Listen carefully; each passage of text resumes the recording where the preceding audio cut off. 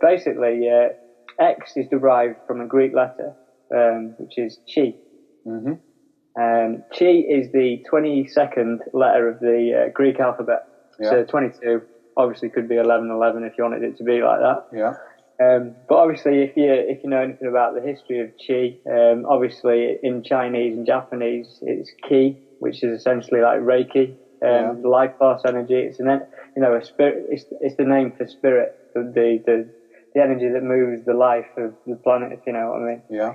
And so looking into this a bit further, on the Wikipedia page, you don't believe it, but there's a reference to Plato, and obviously Plato, we don't really know too much about him apart from he was an esoteric philosopher, and he refers to chi or X. I mean, chi does look like X; it's the same thing as the soul of the world. Mm-hmm. And so what you've got here is the soul of the world. Translated in Latin is anima mundi. Mm-hmm. Well, sorry, that's the term for it, anima mundi. That's what Plato is referring to, which is the world soul, which is also Gaia. It's not, the Gaia Earth theory, the living Earth and Mother Goddess. And Gaia can be identified with Isis. Mm.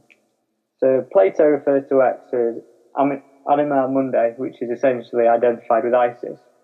And then you can also look into X again, and it's used to abbreviate the name of Christ in Christmas.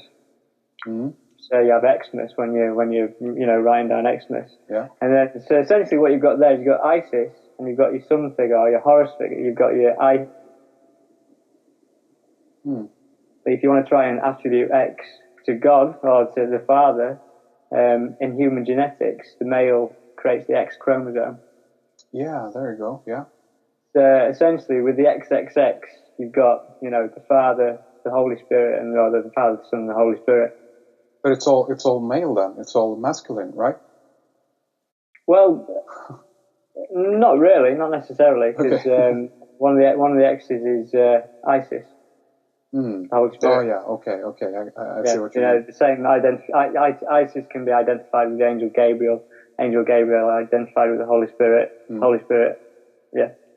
So basically, you've got a trinity there in the words XXX itself.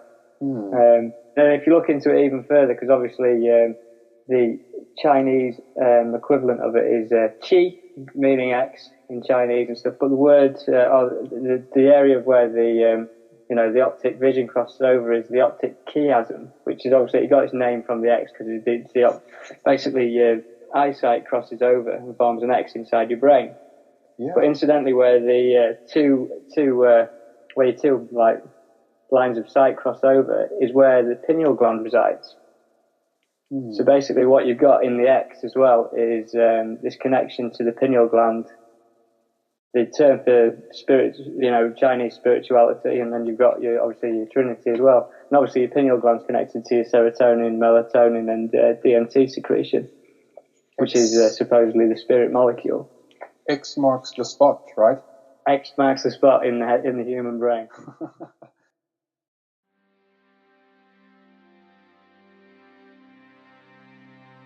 If you stand on the entertainment level inside the Luxor Hotel, you'll see a giant obelisk, the generative force, the phallus of Osiris, the Washington Monument. And if you look straight up on the inside of the pyramid, you will see a gigantic X, which is the 4 elevator shafts that go up to the apex of the pyramid. The X in the mysteries is the symbol of man.